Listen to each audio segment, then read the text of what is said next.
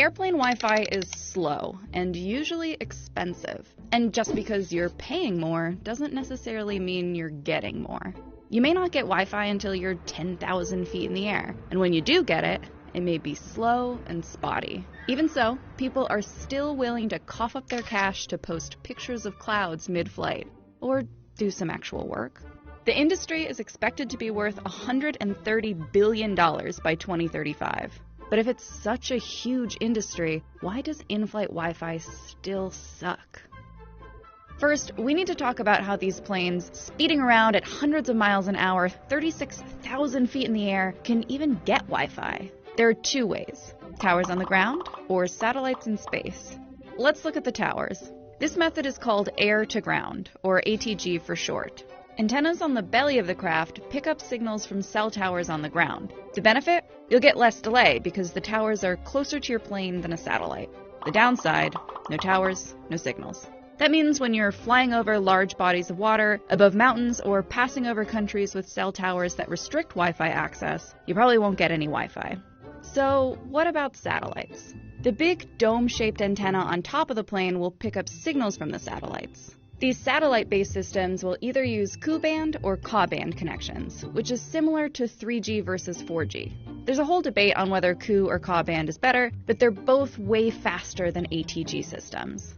But when you're sharing internet with a couple hundred other people traveling 500 miles per hour, 36,000 feet in the air, there's bound to be a hiccup or two. But towers versus satellite isn't the only thing that affects whether you'll be able to stream this week's episode of The Bachelor or not. The quality and price of your in-flight Wi-Fi actually depend on 4 more things: your airline, aircraft, the in-flight Wi-Fi provider, and the region you're traveling to and from. First of all, in an effort to cut costs, some airlines like Frontier don't even offer Wi-Fi.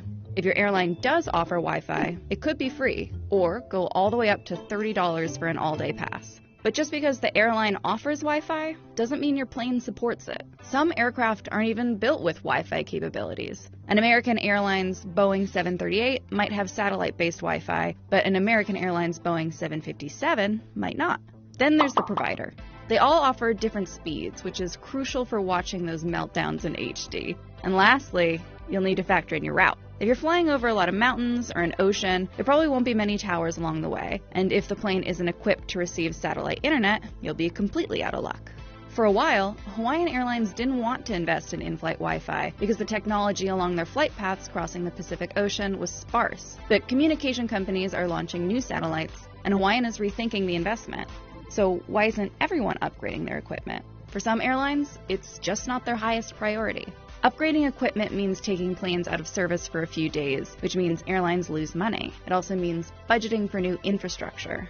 Plus, at least one in-flight provider has 10-year contracts with some of the airlines, which doesn't leave a lot of wiggle room for upgrades and changes. But better and faster in-flight Wi-Fi is definitely on its way. American Airlines, for example, is making moves to invest in better in-flight Wi-Fi. One survey showed that 67% of passengers would rebook with an airline if high-quality Wi-Fi were available. In other words, good Wi-Fi means customer satisfaction and loyalty. Airlines have good reason to upgrade their offerings, so it might not be a bad call for airlines to speed up the process. But for now, you're probably better off saving your reality TV binge for when you get home. Play moves, for sure.